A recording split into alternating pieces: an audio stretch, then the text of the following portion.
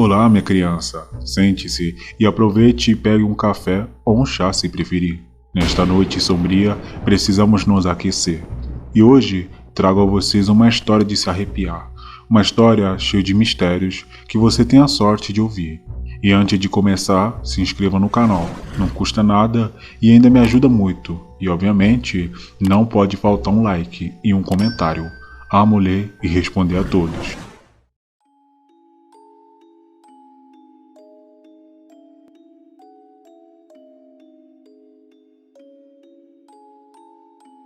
O bloqueio nos últimos anos me fez perceber que precisava reformar minha casa.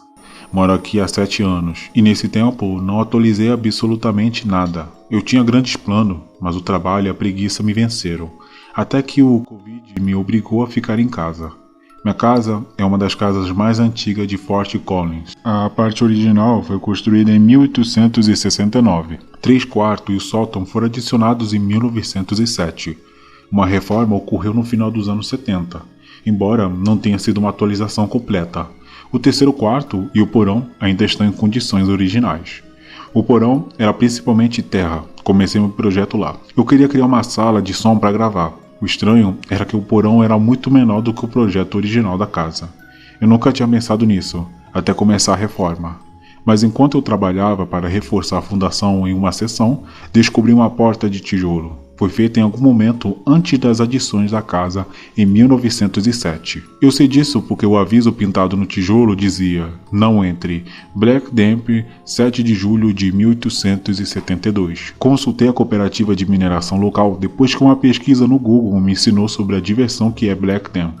Eles aconselharam que eu fizesse uma leitura de CO2 da área e testasse tudo, incluindo minha água, e eu fiz. Está tudo bem, sem ar ruim, CO2, gases ou qualquer coisa ruim para relatar. Eu estava seguro sobre isso. Então eu derrubei a parede. Depois que a poeira baixou, encontrei um quarto totalmente imobiliado. Uma escrivaninha, cadeiras, sofá e um pequeno cabideiro. Estava sobre um lindo tapete. Estou limpando o tapete e pretendo doá-lo para a tribo local que o criou há 200 anos. A mesa continha um diário, junto com cartas variadas. Achei que o diário poderia ser interessante aqui. Eu copiei como foi escrito. Então, há erros de digitação. Não me odeio por eles. Corrigi a ortografia, mas gostei de vernáculo antiquado da época. Então deixei como está. Um aviso para os fracos de coração. Existem alguns detalhes horríveis. Eu tenho o diário completo, embora só me sinta à vontade para postar as primeiras sessões neste momento, vou atualizar mais em breve. Leva tempo para copiar a caligrafia dele, e eu estaria mentindo se dissesse que não me deu arrepio lendo essa coisa. Esta é uma casa muito grande, e eu moro sozinho. Além disso, não vejo pessoas desde 2020. Bem, aqui está a primeira parte, do diário do capitão Grady White, 23 de maio de 1856. Atravessei o território de Colorado e estou pelas minhas estimativas a 50 km ao norte de Beaver Creek. Meu cavalo está bem e parece feliz por estar de volta à trilha após os atrasos que o encontramos. Isso foi muito inesperado, embora eu tenha feito um bom tempo desde então. Suprimentos são bons e espero entrar na cordilheira depois de encontrar meu guia em um apartamento perto das montanhas a oeste. Meus pensamentos estão cheios de imagens de grandes vistas e gloriosas florestas de pinheiro. Anseio pelos dias cheios de riacho borbulhante, repletos de peixe da montanha. 24 de maio de 1856. O campo é diferente de qualquer instalação militar dos Estados Unidos que eu experimentei. Os postos de guarda não estavam tripulados, enquanto eu cavalgava em direção ao portão. Havia sons de soldados no ar, mas nada podia ser visto do meu ponto de vista. Eu tive que chutar o portão da frente para chamar a atenção do guarda. Ele então começou a abrir a entrada sem dizer uma palavra para mim. Por tudo que ele sabe, eu poderia ter sido um espião, ou pior. Um soldado tomou as rédeas do meu corcel, me pediu para desmontar e depois a levou para o estábulo. Ele não fez muitas perguntas, não fez nenhuma saudação e apenas me deixou ali, segurando meu chapéu, por assim dizer. Depois que tomei a iniciativa de procurar uma pessoa de autoridade, encontrei um sargento. Eu o repreendi por falta de saudação a um superior e exigi que ele me levasse a seu comandante imediatamente. Ele teve a audácia de me olhar nos olhos e me dizer que ele era o soldado mais graduado do acampamento. O major e o tenente tinham ido para outro posto para coletar informações e estariam de volta em 3 dias. Foi-lhe dito que eu esperasse o retorno deles.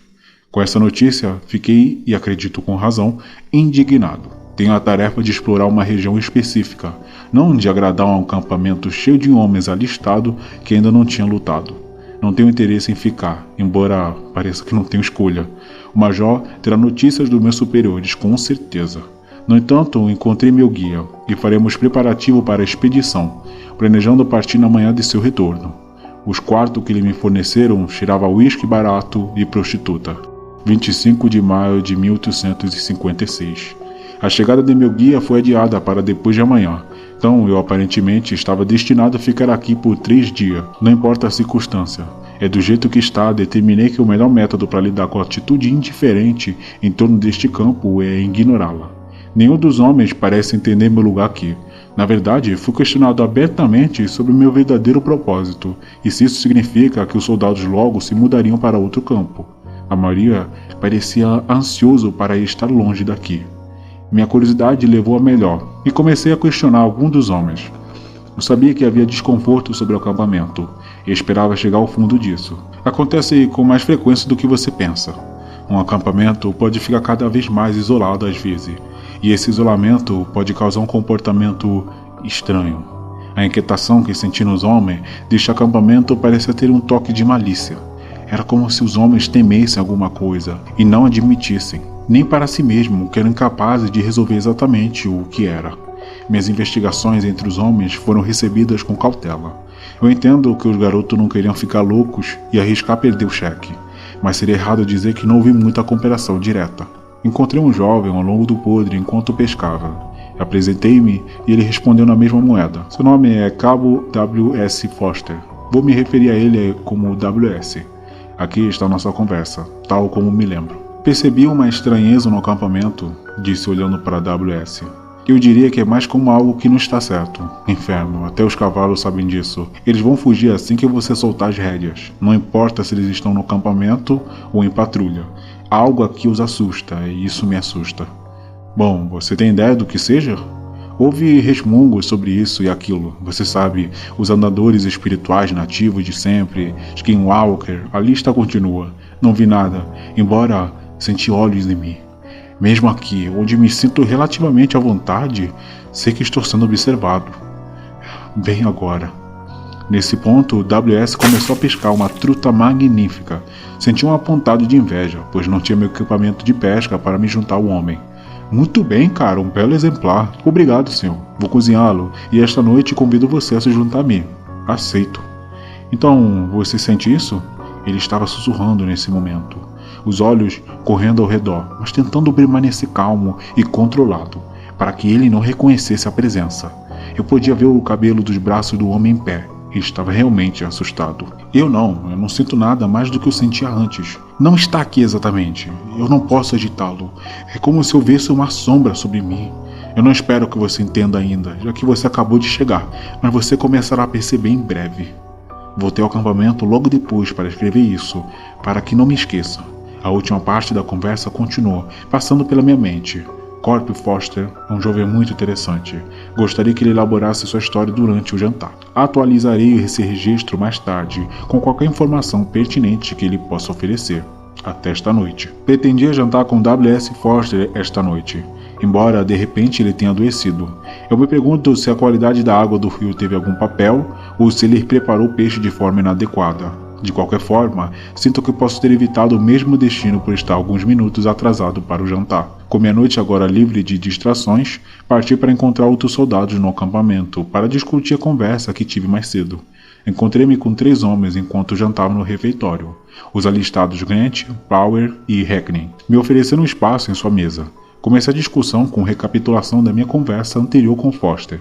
Eles pareceram surpresos ao ouvir as preocupações de Foster e se referiram a ele um estranho entre as tropas. Seu nível de educação e vontade de se tornar um oficial intimidavam os outros. Todo o regimento o tinha em alta conta, embora poucos confraternizassem com ele. Grant começou a se lembrar de uma missão de resgate em que ele, Powers e Hackney estiveram no outono. Grant começou a falar olhando diretamente em meus olhos. Fomos encarregados de ir para o norte em direção a Efteling Laring. Estavam indo para o Oregon Country e passaram por algum tipo de dificuldade. Isso mesmo, então nós pulamos em nossos cavalos e cavalgamos para a área em que eles foram vistos pela última vez. Achei que iríamos pegar o rastro deles e localizá-los em alguns dias. Os planos nunca funcionam como você quer, falou Hackney, dando uma generosa mordida na coxa de frango em suas mãos. Powers, após beber do que eu tenho certeza não ser suco, completou logo atrás. Planos. Os planos era pegá-los, colocá-los em segurança. Planos de curso nunca dão certo. Nenhuma vez. Subimos até lá, encontramos a trilha e achamos que estava quase pronto. Isso mesmo, disse Hackney. Encontramos seu rastro e seguimos para o oeste. Deparei com um acampamento que não tinha mais do que 2 ou 3 dias. Grant completou logo a seguir. Nós cavalgamos. Encontrou o próximo acampamento umas 3 horas depois. Era uma visão terrível. Uma carroça abandonada, 2 bois mortos e o que parecia ser 4 sepulturas recém-cavadas. Não havia sinal de ataque dos nativos, nem de derramamento de sangue. Hackney balançava a cabeça e, terminando de mastigar, falava. Os bois pareciam ter caído mortos. Não baleado, apenas morto. Foi a coisa mais estranha. Os colonos nem levaram a carne. Com um leve sorriso, o Grant continuou colocando a mão na cintura. A carroça estava em boas condições. Poderia ter feito o resto da viagem. Ainda tinha um conjunto completo de suprimento e até rifles. Pólvora e muitas munições para o Colt 1855. Ainda tenho esse. Achei que depois do que passamos, eu ganhei. Power colocou 2 revólver Colt sobre a mesa para eu inspecionar.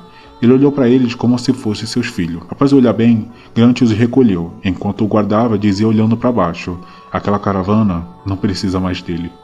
Hackney, com um tom assustado, como se os acontecimentos o lembrassem dos momentos terríveis, olhou pela janela e falou. Eu ainda acordo às vezes com os sons daquela noite nos meus ouvidos. Horrível. Se houvesse algo que apagasse a memória do que vimos e ouvimos naquela noite, eu daria qualquer coisa. Powell, interrompendo seu amigo, falou com um tom de desdém. Eu não vi nada. Você está falando como se tudo estivesse na maldita luz do dia, mas estava tão malditamente escuro. Mesmo o fogo não poderia cortar mais do que alguns metros dela. Hackney continuou. Você sabe o que eu quero dizer, seu idiota. E o sangue? Lembra de ver o sangue? Power confirma com a cabeça, mas não tira o tom de descrédulo. Claro, pode ser de um animal, poderia ser de outros bois, ou um veado, quem sabe. Hackney, quase irritado, fala. Aquilo não foi um boi. Eu sei bem como um grita. Você sabe, minha família tem uma fazenda, e já vi diversas vezes o abate desses animais. Não, aquilo não gritou como um boi. E nenhum boi que eu já ouvi sabia dizer, ajude-me, antes do que parecia engasgar com o próprio sangue. Você continua ignorando essa parte. Intrigado, olhei para Hackney. Então, o que foi? O que você viu? Hackney me respondeu.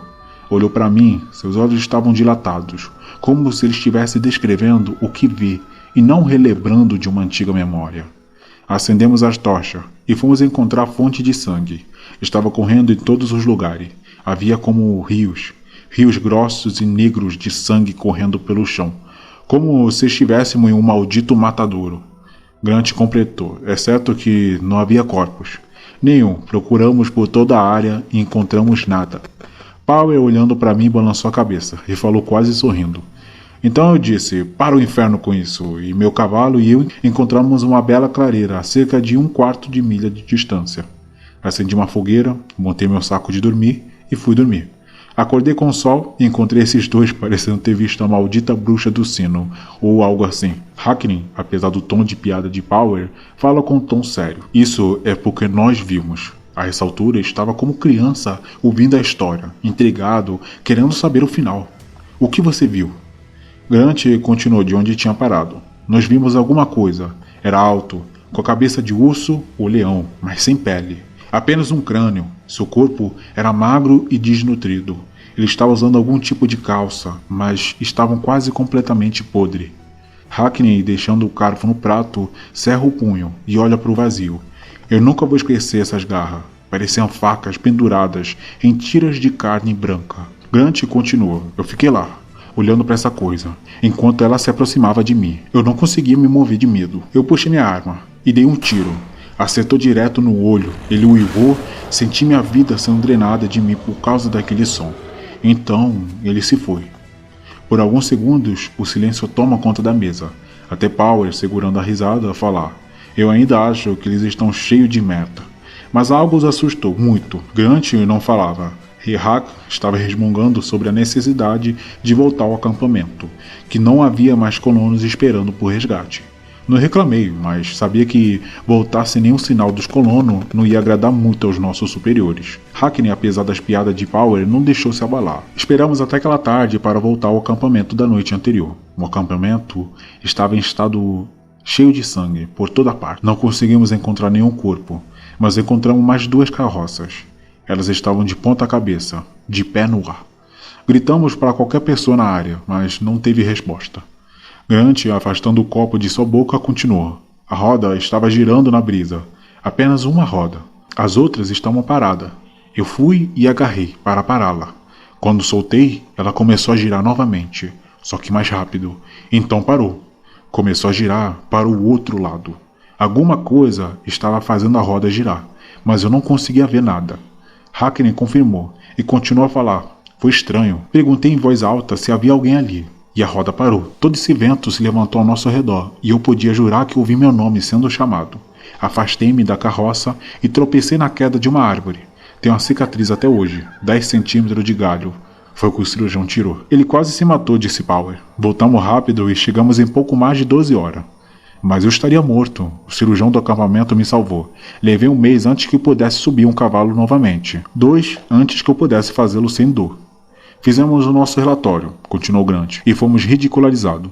O major riu de nós em nossos rostos. Não fomos enviados para mais nenhuma missão. Foram 8 meses sentados neste maldito acampamento.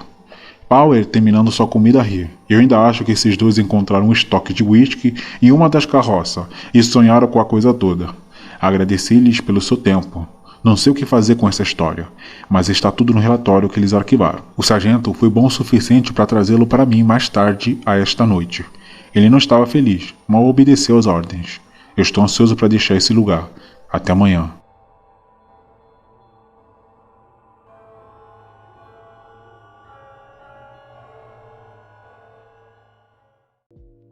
Não esqueça de deixar um like e se inscreva. E um comentário também. Nos vemos no próximo vídeo.